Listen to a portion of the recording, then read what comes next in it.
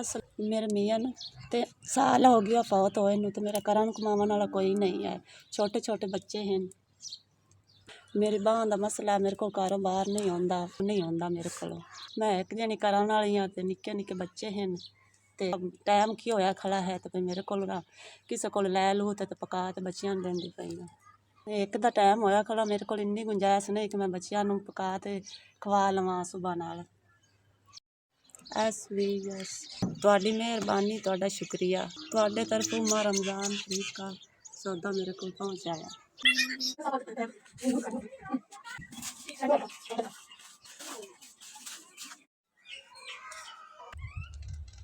मैं गरीबनी जी हाँ तो मेरे बच्चे हैं पांच बेटियां ते एक बेटा है। तो मैं सारे दे 400 ते दिहाड़ी करनी हाँ तो मैं बच्चियां सामदी पालदी पई हाँ। तो SVS सानू सौदा मिल गया मां रमज़ान दे महीने दा। तुहाडा शुक्रिया अदा करने आ ते तुहाडी बड़ी मेहरबानी। निक्के निक्के बच्चे ने ख्वास है, तुहानू दुआ दिसा।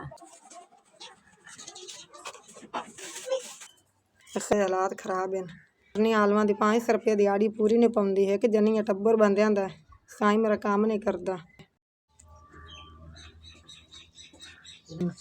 तुहाडी मेहरबानी शुक्रिया, मां रमज़ान शरीफ दा राशन मैनूं मिल गया।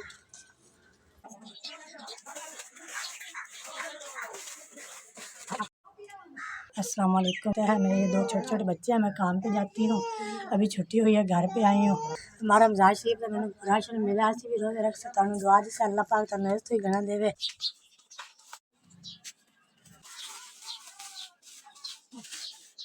दो बच्चे हैं छोटे छोटे, मेरे मियाँ की बांह टूटी हुई है। अब तानू अल्लाह पाक से दे, तानू सामान पहुँचाया है, मैंने दराशा ताने से दे, अल्लाह पाक ताडे मां प्यो ने से देवे।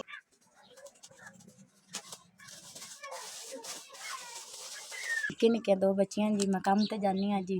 इन्नी नहीं है मेहरबानी करे, मेरे बंदा बीमार रहिंदा, मैं उनकी दवाई भी लै लवां, बेचारा सारे दे घरे पिया रहिंदा। मैं निक्के निक्के बच्चियां लै ते जा ते आलूआं दी दिहाड़ी ते जी जांदी हूं। बड़ी मेहरबानी, मैनू राशन महीने दा माह रमज़ान दा पहुँचाया जी। मैं तुहाडा राशन जेह्ड़ा पहुँचा जी, असीं रोज़े रखसां। अल्लाह पाक तुहानू मदीने लै जावे।